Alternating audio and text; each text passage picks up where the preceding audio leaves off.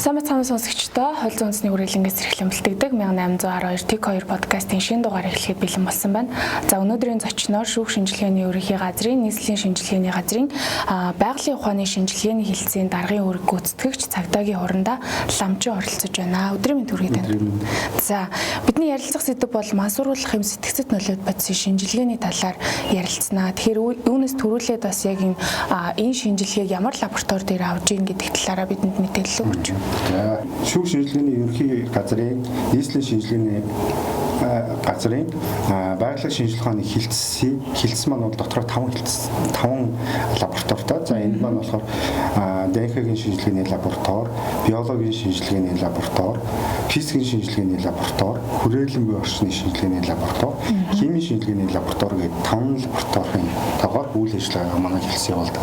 За энэ химийн шинжилгээний лаборатори бид мансууруулах холбооны сэтгцэд нөлөөд бодисын шинжилгээг хийдэг. За ташрам дэлгэхэд химийн шинжилгээний лаборатори мансууруулах холбооны сэтгцэд нөлөөд бодисын шинжилгээг хийхээс гадна үүнээс гадна 38 төрлийн бусад төрлийн шинжилгээнүүдийг бас хийдэг байгаа. Үүний нэг нь бол мансууруулах холбооны сэтгцэд нөлөөд бодисын шинжилгээг бол хийдэг.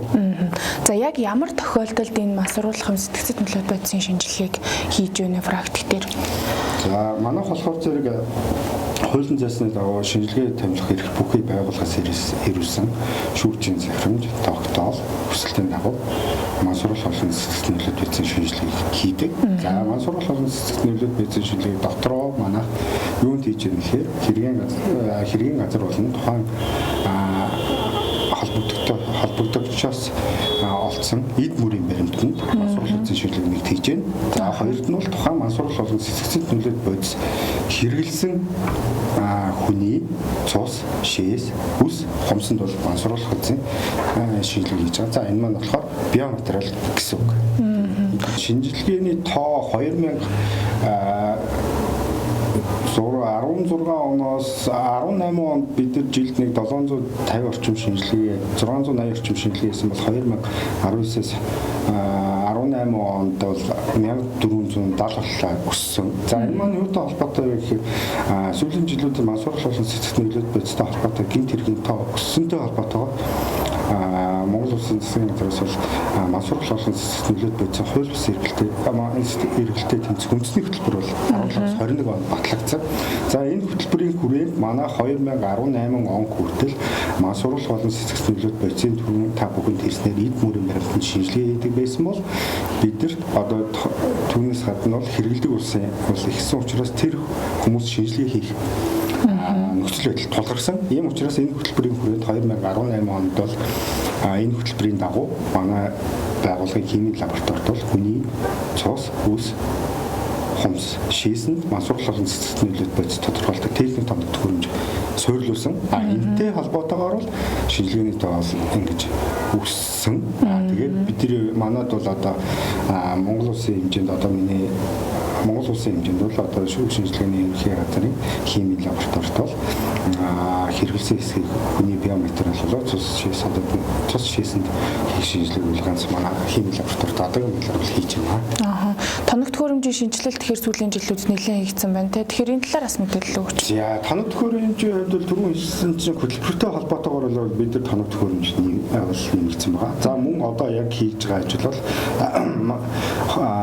бүгд улсын КОИК олон улсын хамтын ажиллагааны хүрээнд шүүх шинжилгээний байгууллагын чадамжийг сайжруулах 7.5 сая долларын төсөл 20-23 он ингээ хэрэгжиж явж байгаа. За энэ төслөөр бол манайх бол ДНХ, дижитал, бичиг судлал, мансууруулах холбооны сэтгцэд нөлөөд бодисын 4 чиглэлээр бол энэ төсөл хэрэгжиж байгаа. За энэ төслийн хүрээнд бол шинжээчдийг солонгос улсад сургах, сүүлийн тоног төхөөрөмжүүдийг суйрлуулах, за дэлхийн нийтийн жишг стандартад нийцсэн лабораторийг байгуулах гэсэн үйл ажиллагаа явуулж байгаа. За энэ төсөл маань бол одоо ерөнхийдөө дуусах шатандаа орж байна. За түрүү жил тос хүрээлэнгийн химийн лабораторийн шинжээчтэй бол бүгд солонгос улсад 50 хоногийн хугацаатай 3 ээлжээр бол шинжээч сургалтанд яваад хамрагдаад ирсэн. Тэрний өмнө бас цар тахлаас та бүхэн мэдж байгаа. ковидын цар тахал болсон. Түүнтэй холбоотойгоор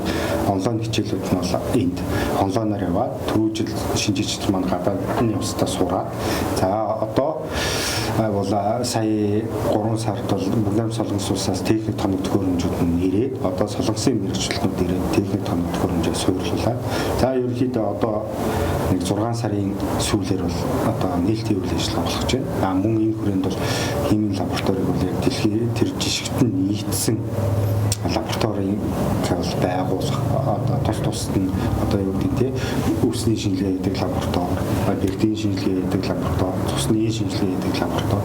За мөн түүнээс гадна би түрүү хэлсэн ганц энэ мансууруулгаас гадна өөр төрлийн шинжилгээ хийдэг энэ лаборатори гэсэн байдлаар нь бол тохижуулаад бүрэн яг стандартын шаардлага хангасан тийм лабораториг бол байгуулж шинжилэн дуусж байна. Энэ тоног төхөөрөмжүүд тэгэхээр одоо шинжилгээний хариу хэр хурдан гардаг ийм тоног төхөөрөмжүүд одоо төрлөөсөө хамаараад бас өөр өөр байгаа хэ. Хугацааны талаар улсууд бол ер нь бол их асуудаг. За хүмүүс явахтай манайх ч хэрэг бүхий байгуулгын тогтоол шүүгчийн зарчим шинжилгээ гэдэг учраас нэг шинжилгээ томилсон албан тушаалтанд асуудаг. За манай юуны хугацаанд бол шинжилгээний хугацаанд бол нэг дунджаар нэг 7-оос 10 хоног зарж байгаа ажлын. За энэ маань болохоор зэрэг юунаас шалтгаалаад бол шинжилгээний хугацаа явна. За ялангуяа хамгийн хугацаа шуурдаг шинжилгээ бол одоо мансууруулах үйлдвэр бол би хүний биологийн материал шинжилгээ хийдэг шинжилгээ бол их хугацаа шаарддаг. Яагаад гэхээр дээжлэлт их шаарддаг. За энэ дээр ялангуяа хамгийн удаадаг шинжилгээ бол усны шинжилгээ. Үснээр бол маш их дээж боловсролтой үйл ажиллагаа шаарддаг. За тэгээд зарим зүйлүүдээр бол тийм ер нь дунджаар бол 7-оос 10. Зарим нөхцөлд бол бас яг 7-оос 10 хоног гэдэгт нөгөө дээжээ бэлтгэж яваад ингээд 5-4-5 хоног дээжээ бэлтгээ тоног төхөөрөмжөнд бол яг тодорхой хугацаанд оруулаад машин маань уншаад юм уу тгээ гаргадаг байлаа гэхэд хэрвээ тэр маань шинжилгээ маань явцын өмнө бас эргэлзээтэй ч юм уу бас дахиад тийм ажиллагаа бол дахиад шинжилгээний процесс эхнээсээ дахиад 4-5 хоногоос явдаг. За ер нь бол нэг дундшаар нэг ажлын 7-10 хоног шинжилгээнд тулахдаг гэж хэлэх болно. Мансууруулах юм сэтгцэд нөлөөд бодисын шинжилгээний цаашдын чиг хандлага ер нь хаашаа чиглэж байна вэ гэдэг талаар мэдээлэл хүргээд яриагаа өндөрлөе. За мансууруулаа одоо бидний барьж байгаа бодлого бол мансууруулах болон сэтгцэд нөлөөд бодисын шинжилгээ бол сүүлийн жилүүдэд жил урах тусам өсөж байна. За дээр нь бидний барьж байгаа бодлого бол одоо түрүүн хэлсэнчлэн химийн лаборатори дотор энэ үйл ажиллагаа энэ шинжилгээг хийж явдаг. За та бүхэн мэдж байгаа цагдаагийн ерхий газарт хар тамхитай тэмцэх газар гэдэг тусдаа газар ингээд байдаг.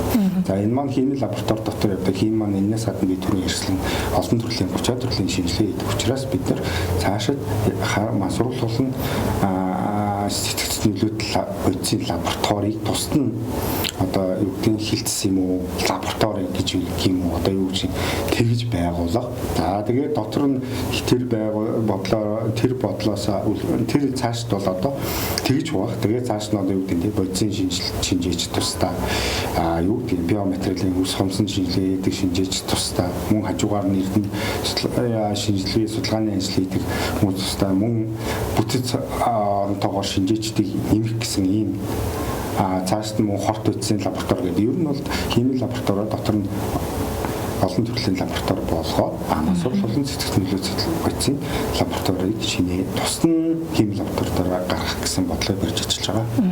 За мэдээлэл өгсөнд баярлалаа танд. За баярлалаа. 1812-2 подкастын энэ удаагийн зочноор шүүх шинжилгээний ерөнхий газрын нийслэлийн шинжилгээний газрын байгалийн ухааны шинжилгээний хэлтсийн даргын үүрэг гүйцэтгэгч цагдаагийн уранда ламжин оролцож бидэнд мэдээлэл өглөө.